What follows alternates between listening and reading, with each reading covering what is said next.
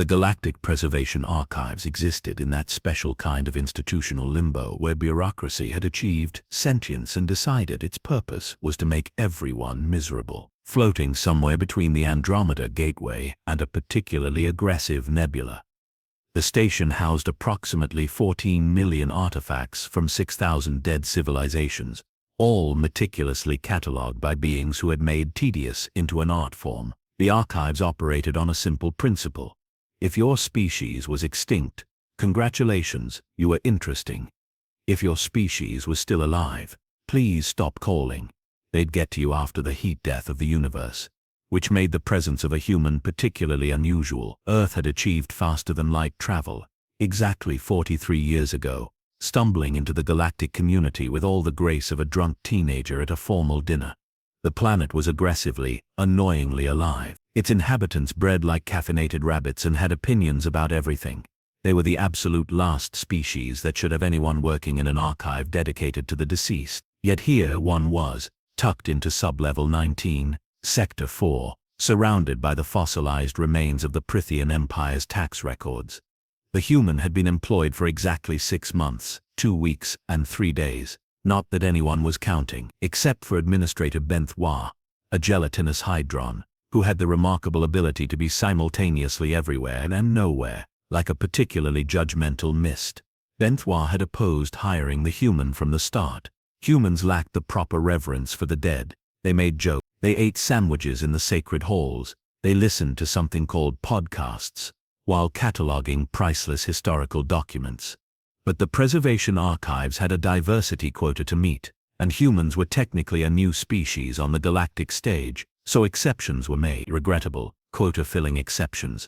The human had proven surprisingly competent, actually, quiet, methodical, showed up on time. There had been that incident where they'd reorganized an entire section of Krellian pottery by aesthetic appeal rather than chronological order, but the mistake was corrected with minimal fuss. The human even seemed to enjoy the work, spending lunch breaks wandering the endless corridors, sketching in a battered notebook. That notebook was about to become a problem.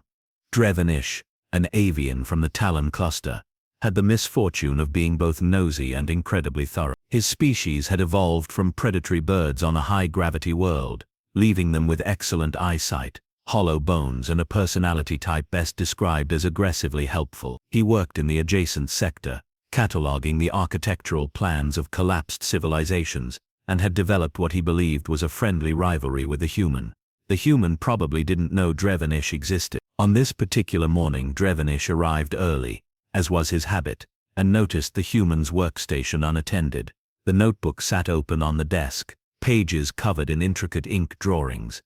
Drevenish, exercising precisely zero judgment, decided to take a peek. Professional curiosity, he'd later claim, making sure his colleague wasn't slacking off. What he found made his crest feathers stand straight up.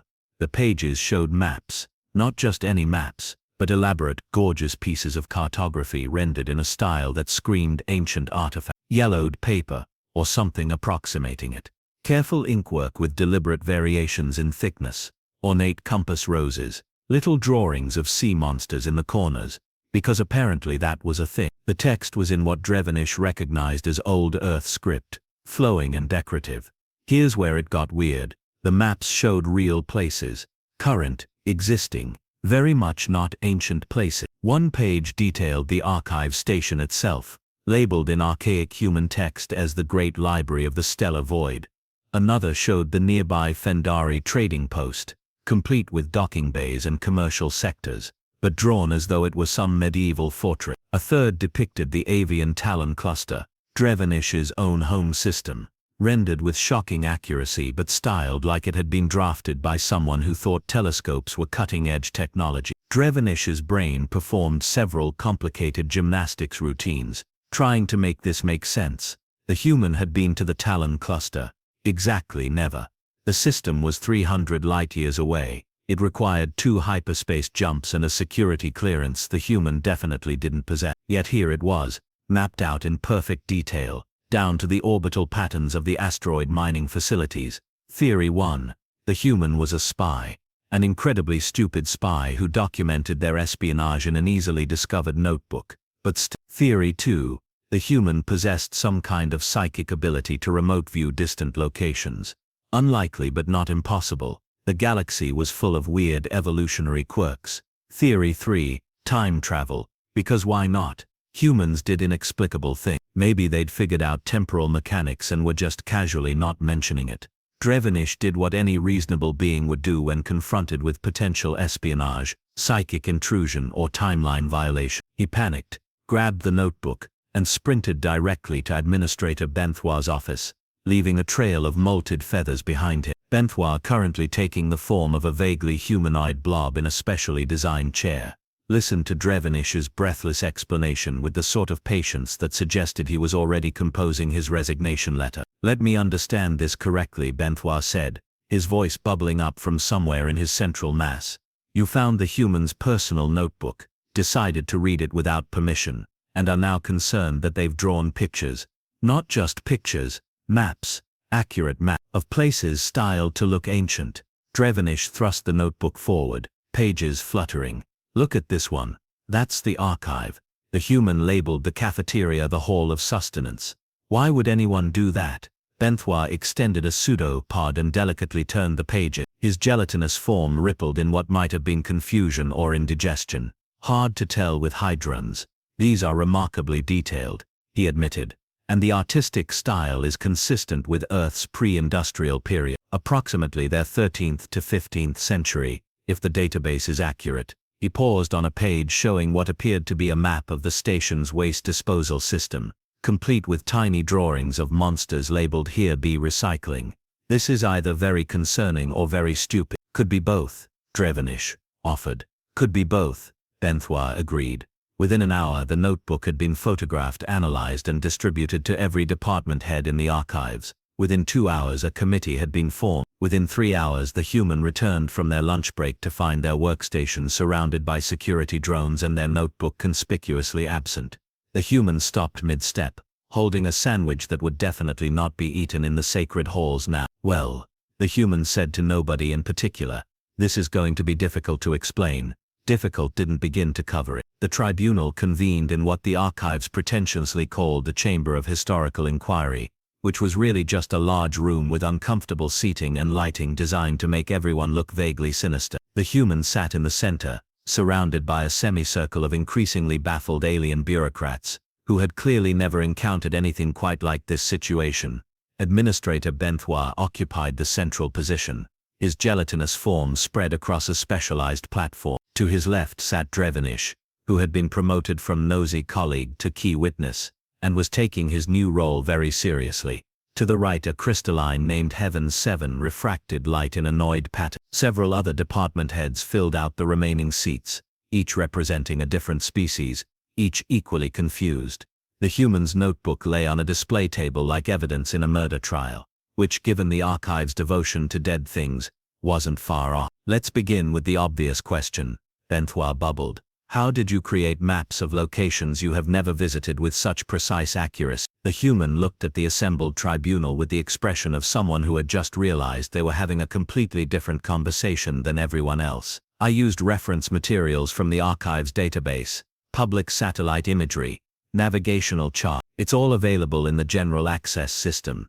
That doesn't explain why they look ancient," Heaven 7 chimed in, her crystalline voice sharp enough to cut glass. "These appear to be artifacts from your planet's medieval period, yet they depict contemporary location. The contradiction is deeply troubling." "Right. Yeah, I can see how that might be confusing." The human leaned back in the incredibly uncomfortable chair. "It's historical cartography. As a hobby, I make modern places look like old maps because the aesthetic is interesting." Silent. The kind of silence that suggested nobody in the room had understood a single word of that explanation.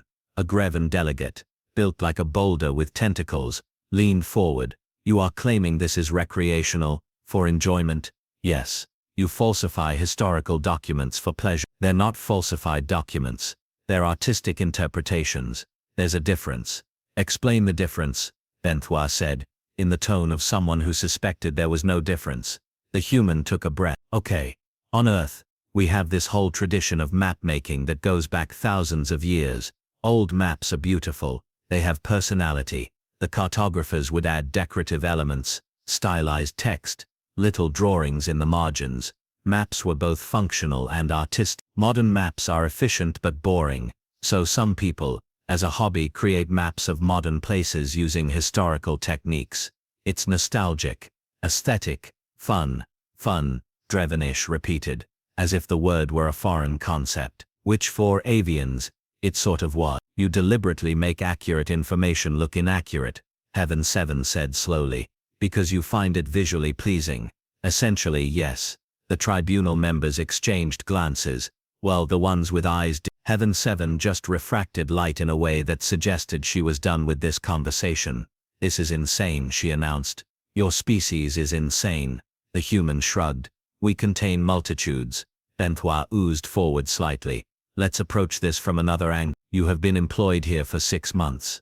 During that time you have apparently created maps of this facility, surrounding stations, and multiple star systems, all in this archaic style, all hidden in a personal notebook. You must understand how this appears suspicious. I wasn't hiding anything. I leave the notebook on my desk. Drevenish is the one who went through my stuff. Drevenish's crest feathers flattened defensively. I was conducting a routine security observation.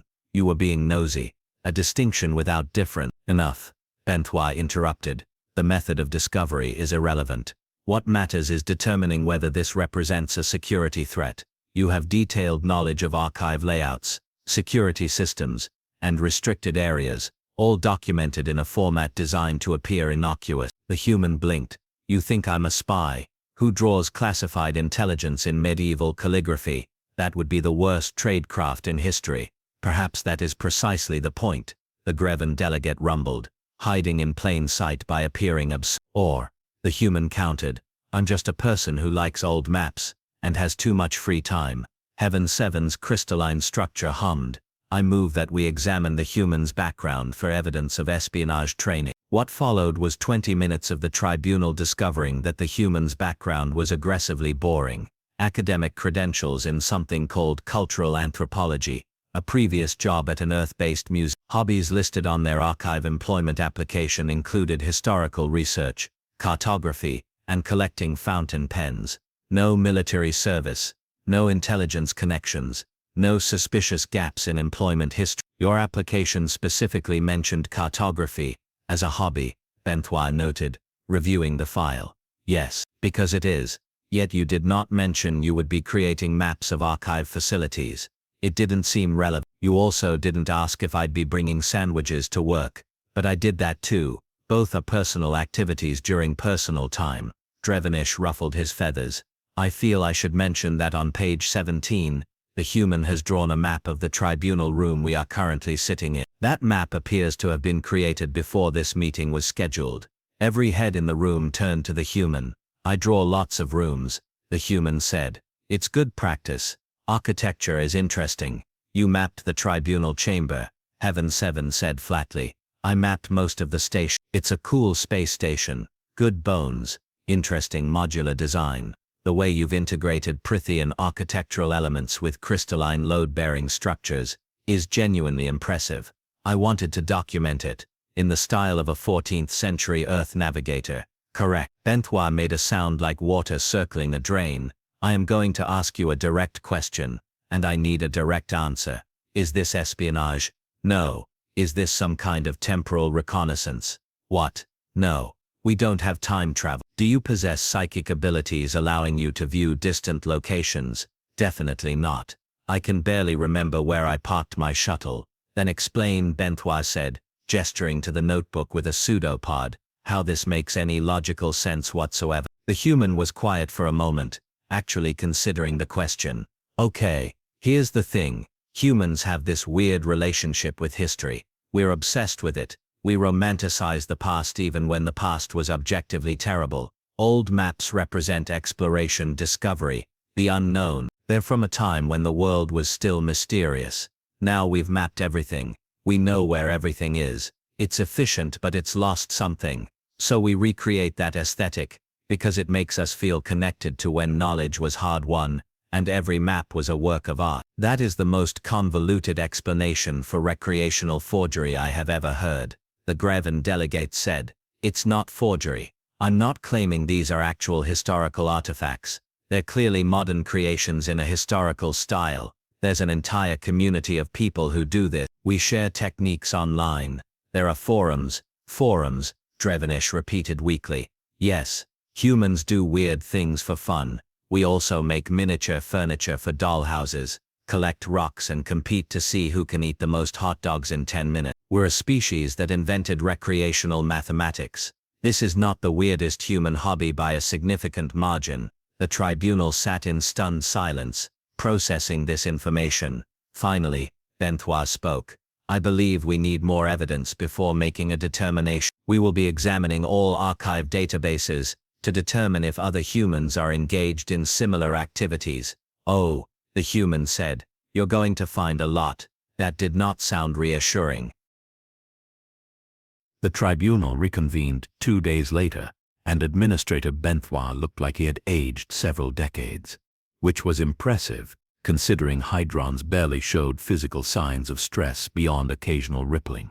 He was practically choppy. We have conducted extensive research into human recreational activities, he began, his voice carrying the weight of someone who had seen things that could not be unseen. I would like to formally apologize to our human employee. You were correct. This is not the weirdest human hobby by a significant margin. The human recalled to the Chamber of Historical Inquiry, looked vindicated but also slightly concerned about what the tribunal had discovered. Drevenish shuffled through a datapad with the air of someone who had lost faith in the universe. We found 17,412 humans currently engaged in what they call cartography for fun, not professional mapmakers. Just people making maps, for enjoyment, of places that already have perfectly functional maps. There's an entire subset, Heaven 7 added, her crystalline form flickering with what might have been disbelief, dedicated to creating maps of fictional locations, places that do not exist. They spend hundreds of hours mapping imaginary cities in imaginary worlds for imaginary people. Fantasy cartography is a legitimate art form, the human offered. It is legitimately baffling, Heaven 7 countered. The graven delegate had apparently taken the research personally. We also discovered humans who build miniature railways that go nowhere, collect small decorative spoons and engage in something called competitive bread baking. Your species has weaponized leisure time. We contain multitudes, the human repeated, because it bore repeat. Benoit oozed forward, and the display screen behind him lit up with images that made the human wince. These are examples of other human hobbies we discovered. Please confirm their authenticity. The first image showed someone dressed in full armor, hitting another person dressed in full armor with a sword. Both appeared to be having a wonderful time. Historical reenactment, the human confirmed.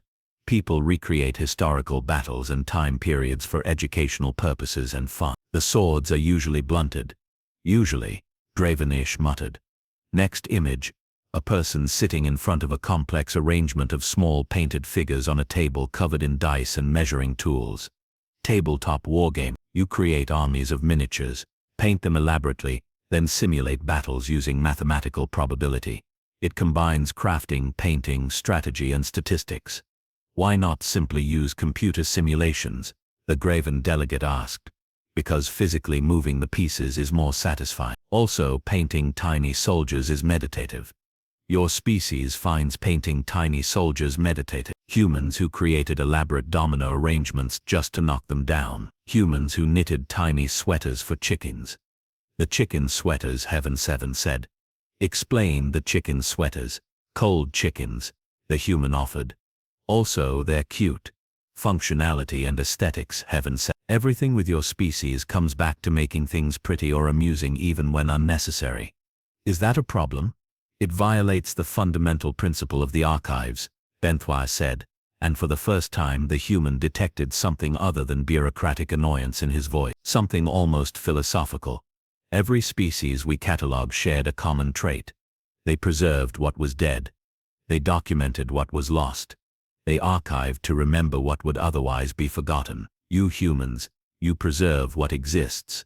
You romanticize the present. You make the living look dead because you find death aesthetically interesting. The human sat back, actually considering this.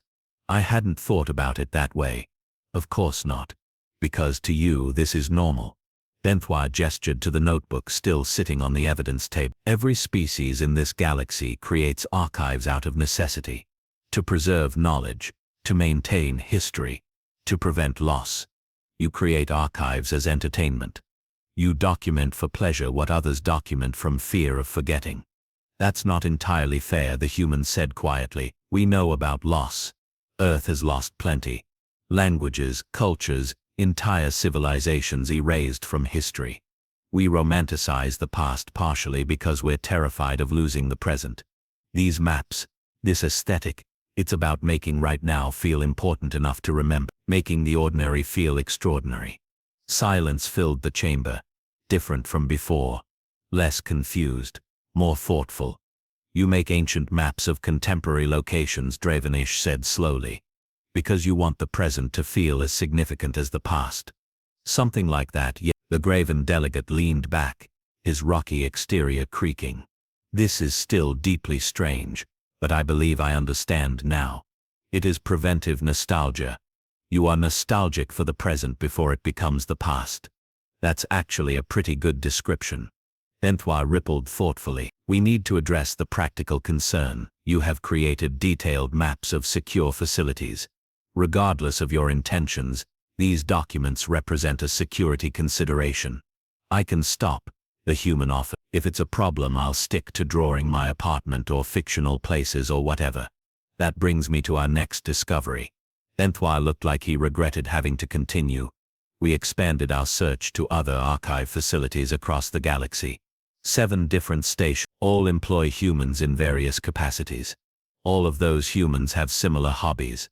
The screen changed to show a collection of images, hand-drawn maps of Archive Station Delta 9, styled like ancient Babylonian clay tablet, a station near the Corward Rim mapped in the style of Chinese silk paintings. The primary archives on Centauri 7, rendered as though it were an illuminated manuscript. Oh, the human said. Yeah, that tracks. We probably all talk in the same online groups. You coordinate. Heavens, we share techniques. It's not coordination, it's community. We're not plotting anything. We're just nerds who like old maps. Dravenish scrolled through more images. This one is particularly elaborate. The human on Station Delta 9 has mapped the entire facility across 47 pages, complete with what they call marginalia, showing daily life in the archives. Little drawings of staff going about their work, rendered in medieval style. That's actually really cool, the human said. Did they use actual parchment or synthetic? That is not the point. But it's a valid question about technique. Benoit made the water-circling drain sound again. Here is what we have determined. This is not espionage. This is not a security threat. This is simply humans being incomprehensibly human. However, we need to establish guidelines. You cannot continue creating detailed facility maps without oversight. Understood. That said, and here Benoit paused, his gelatinous form rippling in what might have been embarrassment.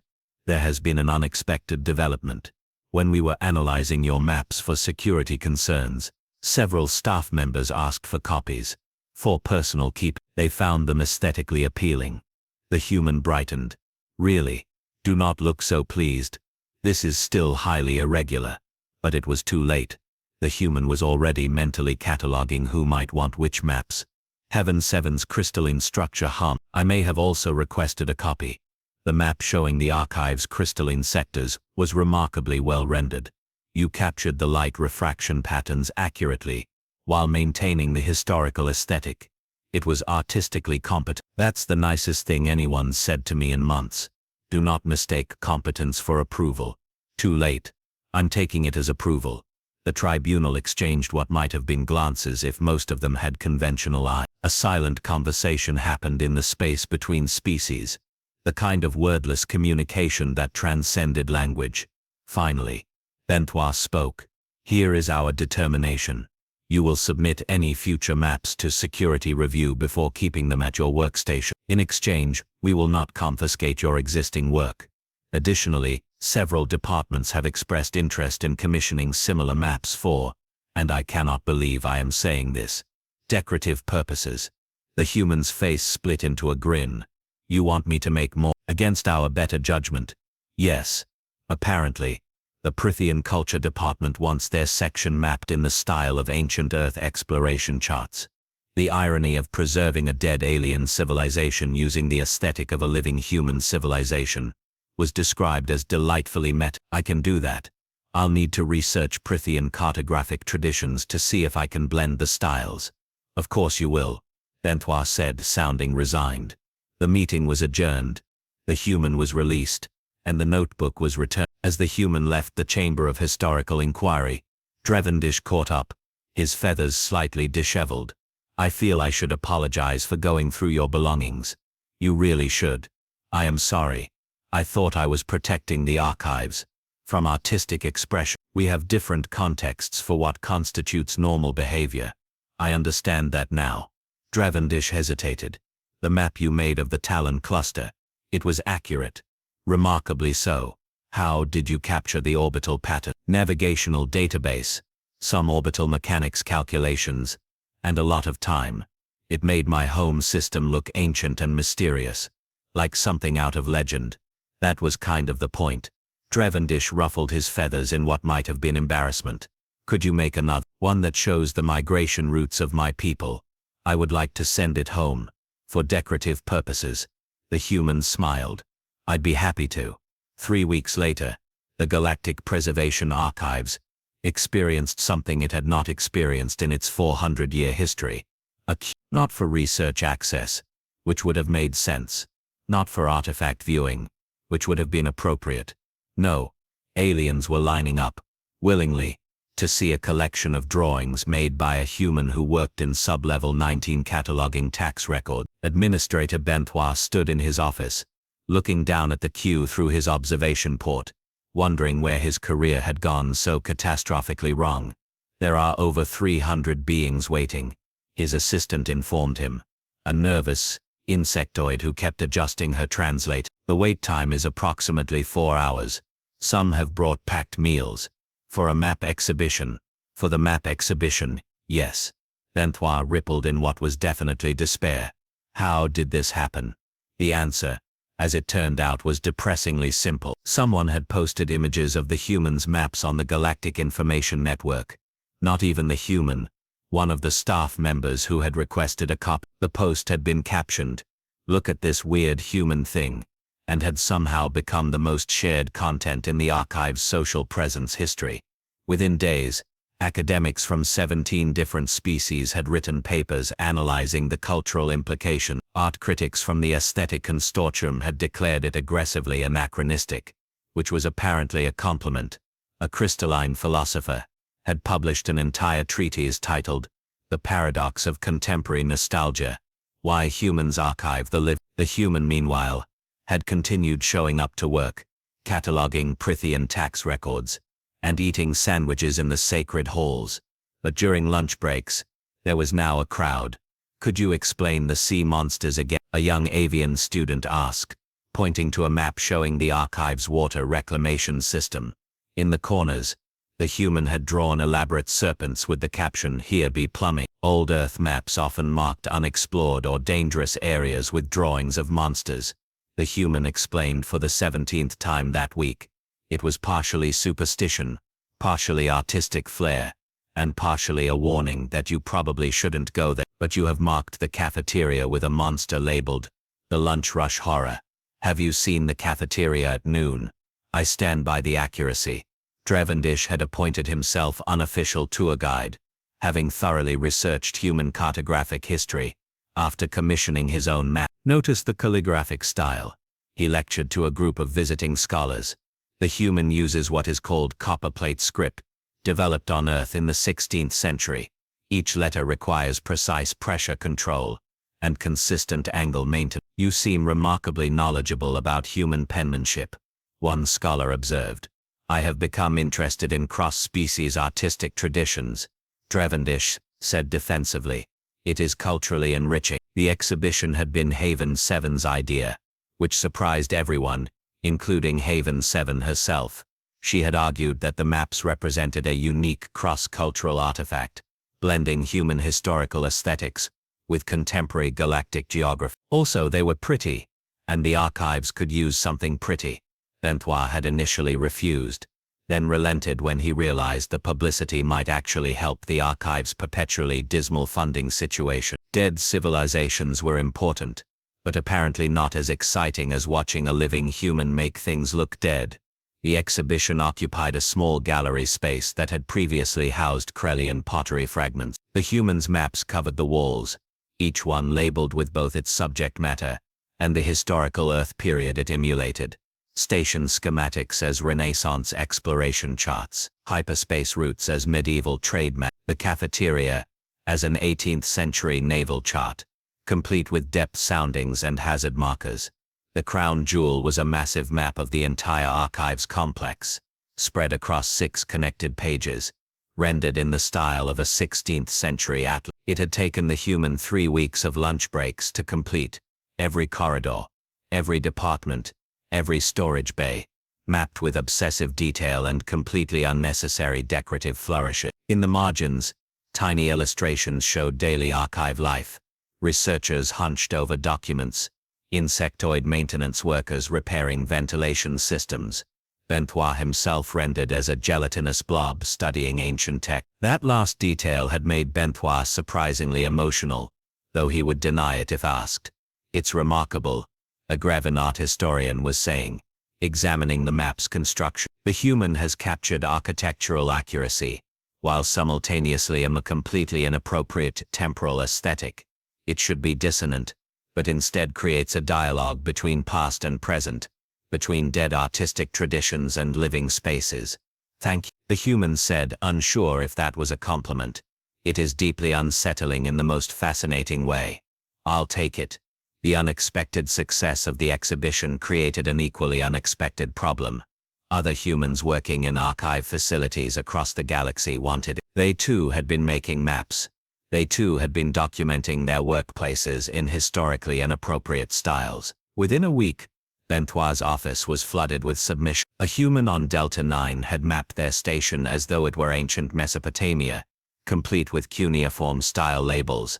Another had recreated an entire archive facility as an Aztec codex, using Earth's pictographic traditions to represent alien technology. Someone on the Corwood Rim station had gone completely absurd and mapped everything in the style of pirate treasure maps, with X marks the spot, placed over the administrative offices.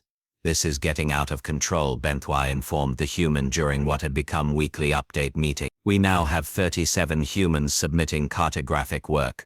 Some are not even archive employees.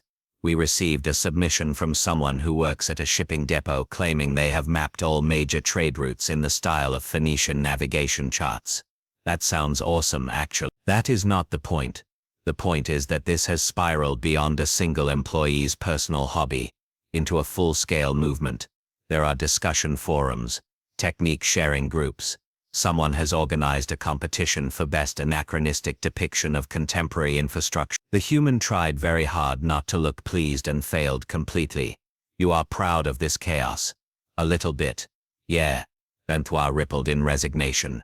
"The board of directors has made a decision. They are creating a new category in the archive. Section 18, Contemporary Human Anachronistic Cartography. You have successfully convinced the galaxy's premier preservation institution to archive the artistic documentation of things that are not dead yet. Is that official?" "Depressingly, yes. We are now accepting submission. There will be standards, of course, quality control, academic review, but apparently the cultural significance of humans making the present look like the past is sufficient to warrant permanent preservation." The human was quiet for a moment, actually processing. "That's kind of beautiful, actually. It is kind of insane, actually. Can't it be both?" Benoit made his water-circling drain sound, but there was less exasperation in it than before. "I suppose it can, against all logic and institutional precedent. It can be both." The human left the meeting feeling vindicated in ways they couldn't quite articulate. The archives, dedicated to preserving the dead, were now preserving living humans' obsession with making living things look dead. The irony was not lost on anyone, least of all the human. Walking back to sub-level 19, Past the exhibition where aliens still queued to see maps of their own contemporary world rendered in deliberately archaic style, the human pulled out a new notebook, smaller than the last one, more portable. Inside, fresh pages waited for ink. The human began sketching the archive's new security checkpoint, the one installed after the whole map controversy. Guard posts, scanning equipment, biometric sensors, all very modern, all very efficient, all very boring. On the page, however, it began to take shape as something else entirely: a medieval castle gate, guard towers, a portcullis. The biometric scanners became heraldic shields. The security drones transformed into watchful gargoyles. In elegant copperplate script, a label: the fortified gateway to knowledge, Anno Galactic. By the time the human reached their workstation, the sketch was half complete. Drevenish, passing by with a cart of documents, paused to look. "You are doing it again. I am doing it again. Security will not be pleased. Security is already in the sketch. I made them look very heroic. Knights defending the realm of knowledge." Drevenish's crest feathers rippled in what might have been amusement. "You are incorrigible. I contain multitudes. So you keep saying." Drevenish hesitated, then added, "The migration map you made for my homeworld arrived last week. My family hung it in the central gathering hall. They say it makes our history feel important, mythic, even. Thank you for that. Anytime." Drevenish continued on his rounds, leaving the human alone with Prithian tax records and a half-finished map of security infrastructure styled like a medieval fortress.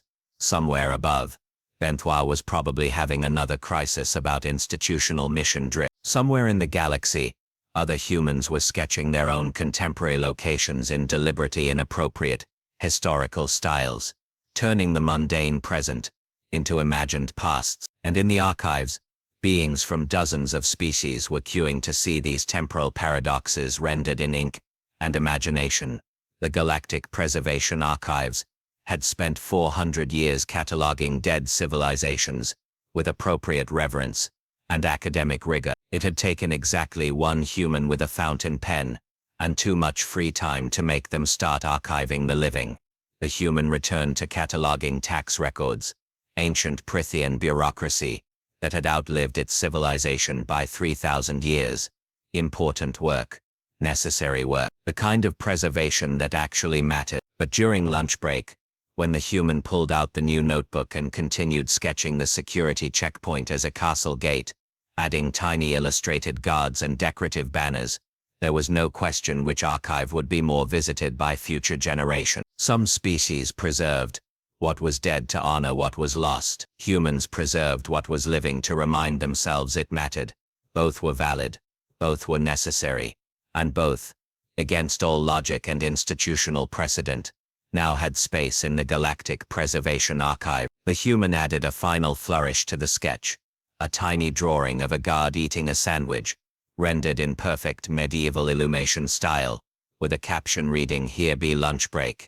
Somewhere, a Hydron administrator rippled in despair. Somewhere, an avian scholar took notes on cross-cultural artistic traditions. And somewhere, the present became the past even while it was still happening, one deliberately anachronistic map at a time. The archives had finally learned what humans had known all along. Everything was temporary. Everything would eventually be history.